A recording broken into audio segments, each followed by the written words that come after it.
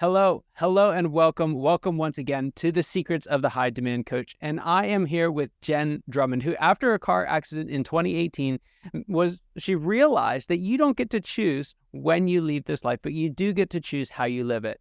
And so she was inspired to climb a mountain for her birthday.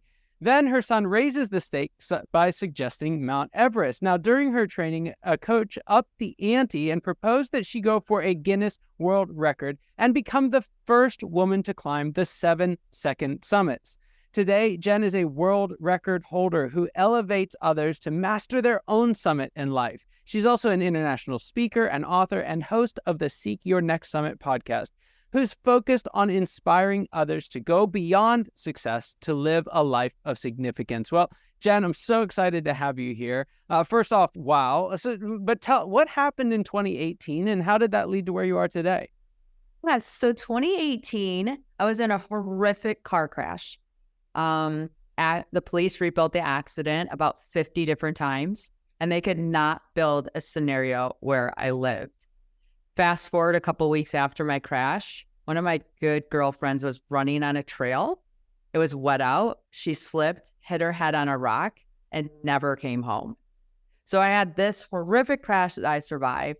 She did something healthy that she never got to come home. And it was metabolizing those two extreme events that I realized we don't get to choose when we live. Or I'm sorry, we don't get to choose when we die, but we sure get to choose how we live.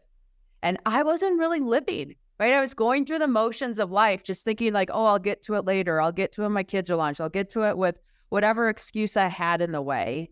And that really made me realize like, I'm the only one who's limiting me and what I'm doing. So 2019 became this big year of the bucket list. Like if I was to die in the next decade, what do I want to do? What do I want to see? What are all the things I want to experience before that happens? And on that list was climb a mountain. In 2020, I was turning 40. So I thought, oh, I'll climb a mountain for my 40th birthday. So you didn't just climb one mountain, though. You climbed the 7-second summit. So this was new to me. I didn't know what the 7-second summits were. But tell us, what are the 7-second summits? Yeah, so I didn't know what they were either. When my coach brought it up, I'll be honest with you, I'm like, what? Sounds like a tongue twister. And he goes, they're the second highest point on each of the 7 continents. They've only been done by one male. I just became the first female to do the pursuit. They're actually harder than the first 7. So like K2 is harder than Everest. Mount Tyree is harder than Mount Vincent. Mount Kenya is harder than Kilimanjaro. And so a lot of them logistically are challenging to get to, but technically they're a little bit more challenging too. Took me 2.5 years. Wow. Now, one of the things, and this is a little bit of a weird question, but it's the first one that popped into my mind, and I think it's going to be helpful for how much time did you spend training versus actually climbing? Oh my goodness. Well, here's like a not funny story, but a realization. When I was on the top of Everest, right? So Everest is the highest mountain in the world. I used it to train for K2. And what happened was when I got to the top, we had bad weather, so we couldn't be up there for long. So we were on the top of Everest for 10 minutes. I calculated that I had trained 1,232 hours to be on the top of that summit. And it was one of those things where I'm like, man, there's so much of our lives where we're chasing the destination or we're chasing the summit. And we're forgetting like how little time we actually spend in that space. Yeah. How much of it is in the journey, in the pursuing, in the becoming, in the creating. And if you can't figure out a way to enjoy that journey, man, it's a lot of sacrifice for 10 minutes. Sure is. It sure is. And what did that look like for you? How did you go about enjoying the journey? Yeah. Well, it's really easy to enjoy the journey when you almost don't have any journey anymore. Right. So like I remember getting a phone call from the principal's office for one of my boys. And he's like, hey, I just wanted to let you know your son was kind of acting up in class today, blah, blah, blah, blah, blah. And I'm like, okay, thanks for calling. And he's like, are you okay? I'm like, yeah, I'm okay. He goes, I just thought maybe you would have a little bit different response. I'm like, I know I probably should be a little angrier that my son was not behaving. But the reality is like, I almost wasn't here to have this phone call. So I'm just so grateful for this moment because I'd rather be here having a moment of hard than not being here at all with the moments that I want to collect with my children. And so I think every day, if you remember, like, it's a privilege to be alive. It's a privilege to have choice and be able to show up and do things that we want to do. And if you have a life that you're not excited to wake up to, that's a sign. That's a sign to say, hey, listen, what do I need to add into this day so that I'm happy and I'm excited to wake up? Because I promise you, once you face death, you are like, man, I'll take every day I can get. We're good. We're good. We're good. That's so true. So on the back of that, what would you say, again, quite the feat, what was the proudest moment of that whole process for you? Oh, here's a moment. I failed K2 the first time I went to climb it. So I had to come home. I actually had to bury a teammate. Another one lost his hand to frostbite. So there was a whole bunch of really bad things that happened on my first expedition. And it made me really concerned about going back, right? Like, what you don't know, you don't know. And all of a sudden you're walking back into an environment that was not favorable the last time you were there. And I got a phone call a few weeks before it was time to head back. And it was a person that had helped me exit the country the year before. And he was interested in climbing, but didn't quite have the resources to make it happen. I said, hey, I can help with that. So I brought over some stuff and I paid for some things when I got there. And I summited K2. And then a little bit later, he summited K2. And when you get to be a part of somebody else's success, now this person's going to have a job for life. He has a great reputation in mountaineering. This is going to change the trajectory of his life. It kind of gave a little bit more okayness about the failure the year before. Wow. And I think a lot of us forget that sometimes things fall apart, so better things can come together. And I truly feel that once we hit the summit, the real summit or the real significance comes from helping somebody else get there easier or change the trajectory of their lives. Yeah. So I just processing through maybe failure, the potential for failure, you kind of always you've already shown that there's another side to a lot of these things. But when you're on the side of a mountain and the weather's kicking up, like the decision to move forward or go back has some real consequences. How do you know and how do you process when it's actually time to go back? Yeah. I turned around on 2 mountains. Okay. So one mountain, I had a teammate die and I had the choice to go up with another team or go down with my team. And I'm a firm believer in people over peaks. So I wanted to be there for my team. I know the mountain will always be there available to climb. I truly believe that who we show up as people is way more important than what we achieve. And so I really wanted to live that motto. So I went down and took care of my team. The other climb was we were on the mountain. We were in terrible weather. It was in Canada. So Mount Logan's the second highest point for North America.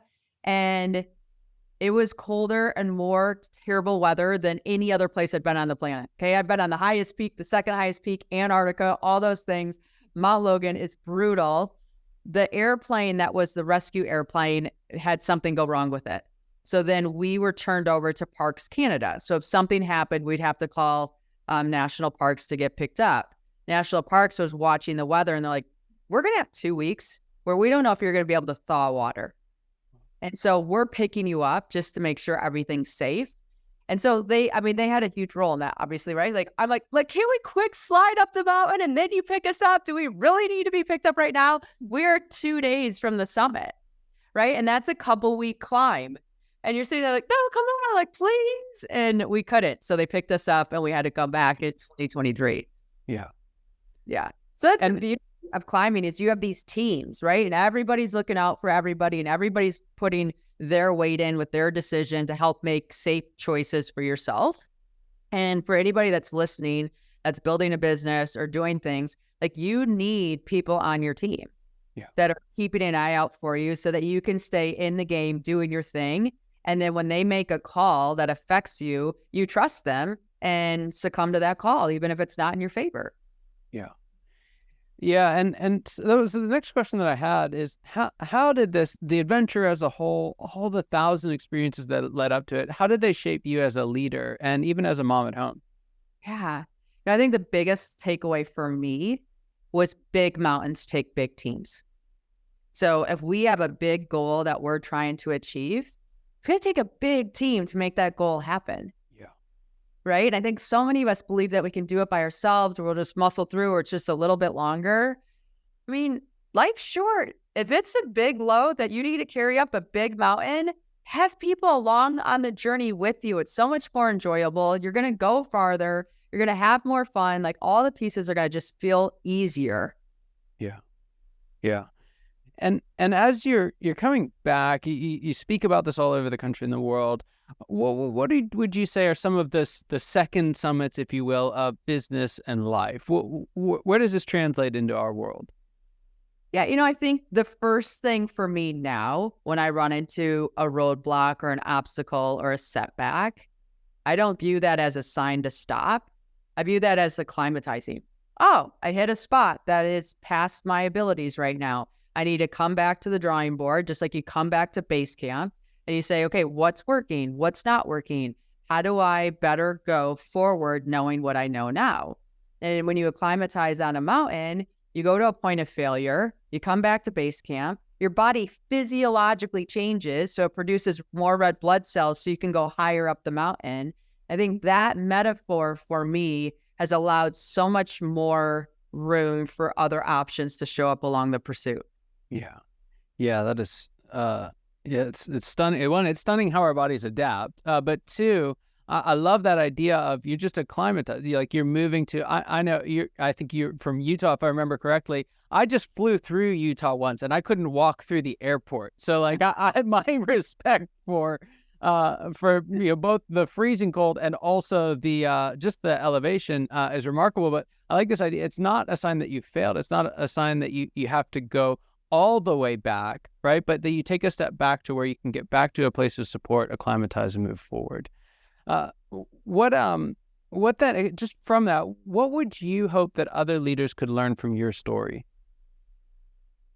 Yeah, I think to wave their flag along their pursuit would be a great lesson for all of us. It's really fun to wave our flag at the top of the mountain because it's like, hey, we made it. Here we are. Woo!